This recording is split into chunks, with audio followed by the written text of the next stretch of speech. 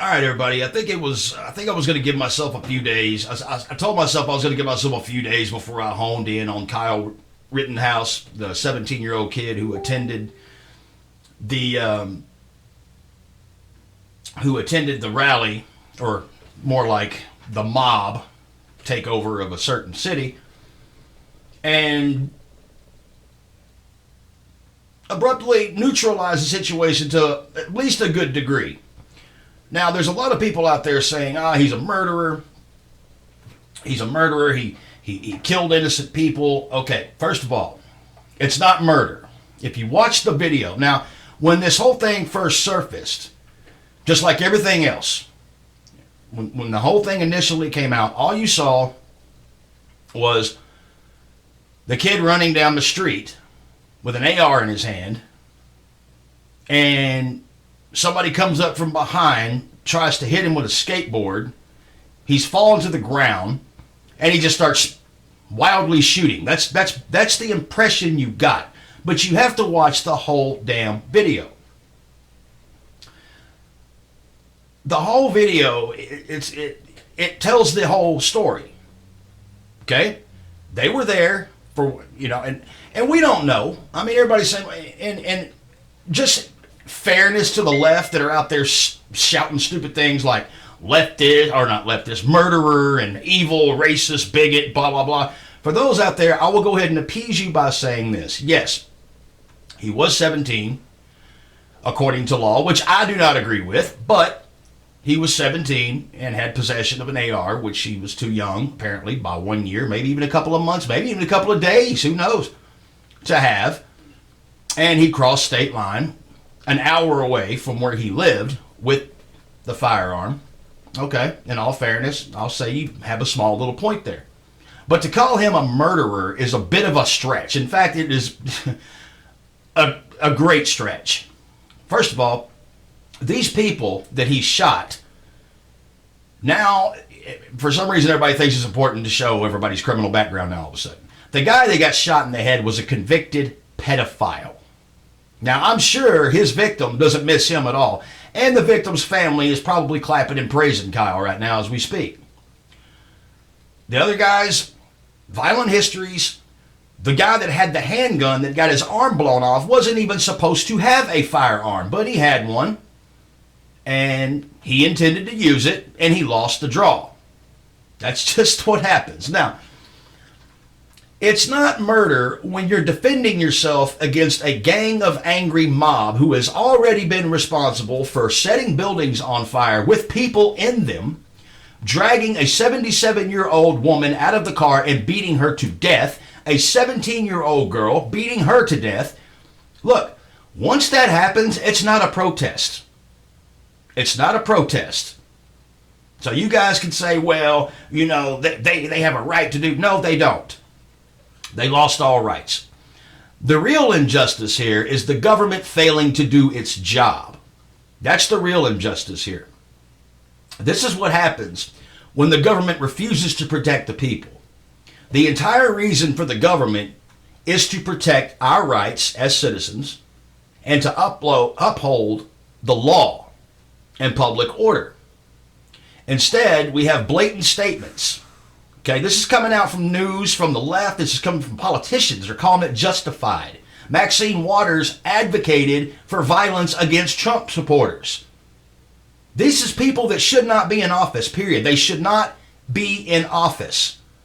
They shouldn't have any say-so in our lives about what we do, what we don't do. And I don't even believe in gun control.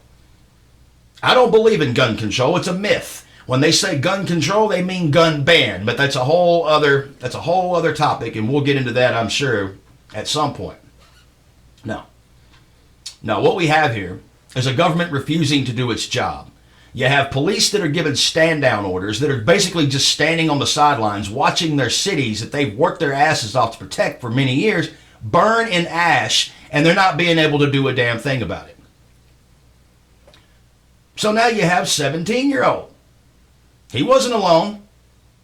We don't know what do I think that he went there just to shoot somebody? No, I don't think he did, because that's not the first thing he did. He was, watch the video. He was peaceful. He was conversating back and forth with other people. It was people that felt threatened that they had some armed patriots show up, obviously to counter and to protect what they were trying to overthrow, and they didn't like that very much. That's what happened. So that the exchange of words started happening. You had that pedophile dude on the background. It was so funny. Whitest dude on the planet. Shoot me, nigga. Shoot me, nigga. Trying to be all badass. Well, he shot you. There you go. I mean, if it were up to me, none of this would be going on. People say Kyle Rittenhouse should never have been there. Okay. But neither should the other side. Neither should the so-called protesters. I call them terrorists. It's domestic terrorism, people. That's what it is. I don't care what the cause is. It doesn't matter. There are right ways to get things done, and there are wrong ways to get things done. And if innocent elderly people and innocent building and churches alike have to suffer for you to make a point, then you're doing it the wrong damn way. That's all there is to it. So what's going to happen now?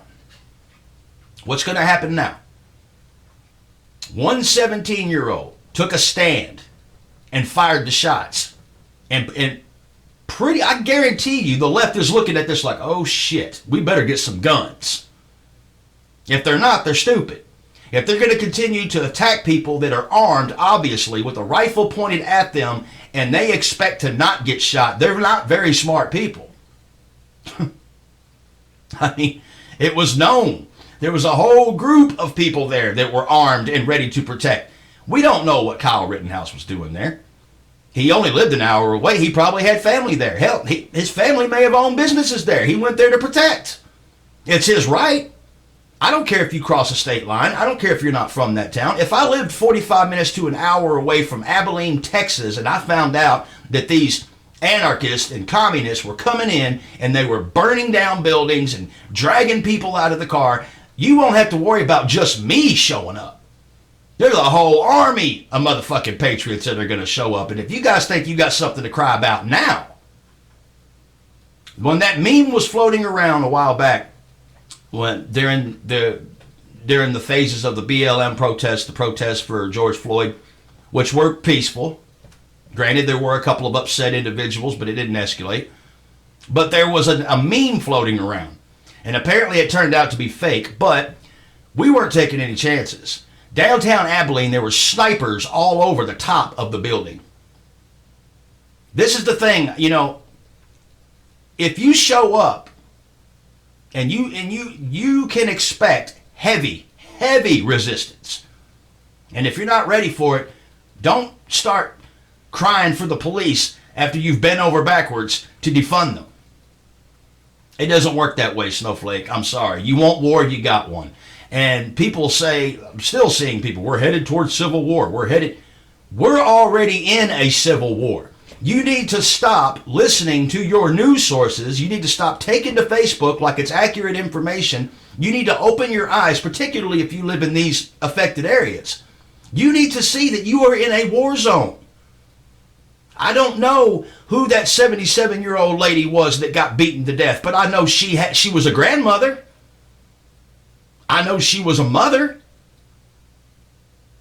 And now that family has to suffer a loss because these people want to take to the streets and find any excuse they can to loot and burn shit up. That's all it is. It's anarchist. It's communist. That's what it is.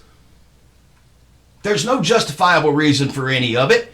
You could give them anything they want. They're still going to protest. That's just what they're there to do. And there's only one way to stop it. The police need to say, fuck you, I don't care, I'll work without a paycheck, step in, use the resources they got, and neutralize the situation. If not, the citizens are going to feel compelled to do so. We've already seen this. What's going to happen when 50 Kyle Rittenhouses show up? 100 Kyle Rittenhouses show up? What's going to happen then? It'll be a permanent solution to a temporary problem. You guys are going to have to realize this is not Venezuela. This is not Cuba. This isn't Puerto Rico. This isn't other places that shit like this has happened. This is not those places, okay? This is America. We are the most armed nation on the face of this earth. Do you honestly think you're going to get away much longer. People are getting fed up. They're getting fed up with your bullshit. You're going to come, you're going to show up on the scene, you're going to throw Molotov cocktails, drag elderly people out of the car, beat them to death, you're going to beat on cars, you're going to destroy houses, you're going to set buildings on fire with people in them, and you expect nothing to happen in return to you? And when it does, you want to scream for the police? You want to demand justice? You want to organize marches? How stupid do you have to be? How dumb do you have to be to not grasp that concept? We're already in a civil war. There is no civil war is coming. What, I mean, what did you think civil war meant?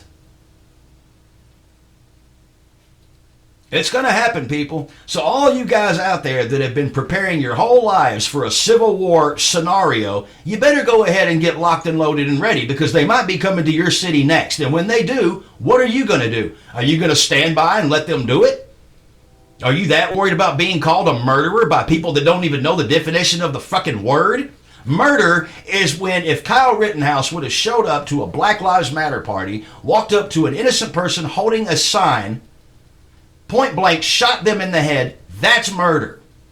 Getting violently attacked by a vicious, angry mob, that's not murder. That's self-defense. And you have a right, a God-given right, to defend your life, the lives of your neighbors, and your property. And then you get people out there saying, well, let me ask you this. You know, like they got something intellectual they're about to throw out. Let me ask you this. Is your property worth more than a human life? It's worth more than the human life that is trying to violently take it from me, yes. You damn right. I worked my ass off to get the shit that I got. I got a badass fucking car in the driveway that I pamper and wax and wash and clean the inside out all the time. If I come outside one day, I hear a big ruckus and there's 5 guys out there with hammers and bats and they're beating the shit out of my car, I'm going to shoot them. And I have every right to do that. So before you guys start chucking out the murder, no, you need to understand first what murder is. Well, he shouldn't have been there. He didn't live there. He lived an hour away. That's dangerously close to where he lived. And how many threats of we're coming to rural areas do you have to hear before you take it somewhat seriously? They've already pledged that they're going to... Listen, before they even show up to these places, they make posts all the time about what they plan to do. It's not friendly. It's not peaceful. It's exactly the opposite of peaceful. People have died, but the mainstream media won't tell you. Do you think so?